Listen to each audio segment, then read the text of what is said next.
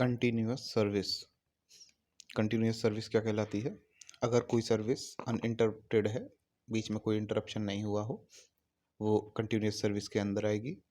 और यदि कोई इंटरप्शन हुआ है, इंटरप्टेड बाय सिकनेस, बीमारी के कारण इंटरप्टेड हो, या फिर एक्सीडेंट के कारण, या फिर जो लीव ली गई है, इंटरप्शन लिया गया है, वह ऑथराइज्ड हो, परमिशन से छुट्टी ली गई हो, या फिर स्ट्राइक का जो पीरियड है, जिस टाइम स्ट्राइक हुई है पर यह स्ट्राइक लीगल होनी चाहिए, लीगल स्ट्राइक का टाइम भी कंटिन्यूअस सर्विस में इंक्लूड होगा।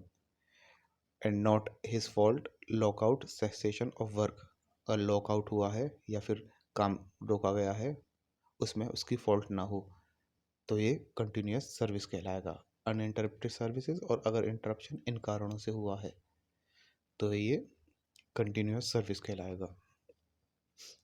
1 ईयर कंटिन्यूअस सर्विस किसको कहते हैं? 1 ईयर कंटिन्यूअस सर्विस कहते हैं कि अगर पिछले 12 महीने में, in last 12 months, not less than 240 days, अगर 240 डेज, कम से कम 240 डेज तो वह कंटिन्यूअस सर्विस में रहा हो, तो वो 1 ईयर कंटिन्यूअस सर्विस कहलाएगी। 240 डेज से कम अगर डेज के लिए कंटिन्यूअस सर्विस की है तो वह 1 ईयर कंटिन्यूअस सर्विस नहीं कहलाएगी। ओके, इनमें कौन कौन से डेज इंक्लूड होते हैं? तो जिस टाइम वर्कमैन या वर्कर को ले ऑफ किया गया हो, वो टाइम भी कंटिन्यूअस सर्विस में इंक्लूड किया जाएगा। जिस टाइम वह एब्सेंट हो, किस कारण? टेम्पररी डिसेबलमेंट के कारण। ठीक है, टेम्पररी उसे कोई डिसेबलमेंट हुई हो, क्षति हुई हो, जिसके कारण वह काम नहीं कर सकता, डिसेबल्ड है, वह हुई हो by accident, arise out of और इन कोर्स ऑफ एम्प्लॉयमेंट, वह काम के दौरान ही या फिर काम के कारण ही वह डिसेबलमेंट हुई हो एक्सीडेंट के कारण, तो उस एब्सेंस जो हुआ, जिस दिन एब्सेंट रहा, वह भी कंटिन्यूस सर्विस में इंक्लूड किया जाएगा। संडेज भी इंक्लूड होते हैं कंटिन्यूस सर्विस में, और दूसरी पेड हॉलीडेज भी, जिस टाइम वह एम्प्लॉयमेंट में हो।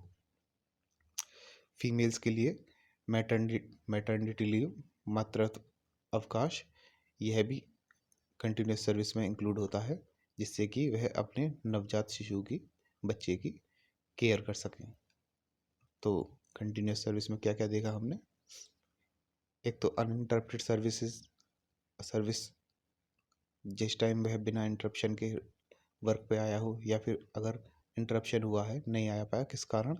सिकनेस के कारण, एक्सीडेंट के कारण, ऑथराइज्ड लीव, लीगल स्ट्राइक, या फिर लॉकआउट और सेसेशन ऑफ वर्क, काम रुका हो, अगर उसमें उसका फॉल्ट ना हो, तो ये भी कंटिन्यूस सर्विस में इंक्लूड होते हैं। 1 ईयर कंटिन्यूस सर्विस कौन सी कहलाएगी? अगर लास्ट 12 मंथ्स में कम से कम 240 डेज की कंटिन्यूस सर्विस हो, तो 1 ईयर कंटिन्यूस सर्विस कहलाएगी। कंटिन्यूस सर्विस में कौन कौन से डेज इंक्लूड होते हैं? ले ऑफ भी इंक्लूड होता है, अगर टेम्परेरी डिसेबलमेंट हुआ है एक्सीडेंट के कारण, जो एक्सीडेंट एम्प्लॉयमेंट के दौरान या फिर उसके कारण हुआ हो, तो उस एब्सेंस को भी कंटिन्यूस सर्विस में इंक्लूड किया जाएगा। संडेज भी इंक्लूड होते हैं, अदर पेड हॉलीडेज भी इंक्लूड होते हैं। फीमेल्स के लिए मैटरनिटी लीव भी कंटिन्यूस सर्विस में इंक्लूड होगी। ठीक है, तो ये हो गया आपका कंटिन्यूस सर्विस।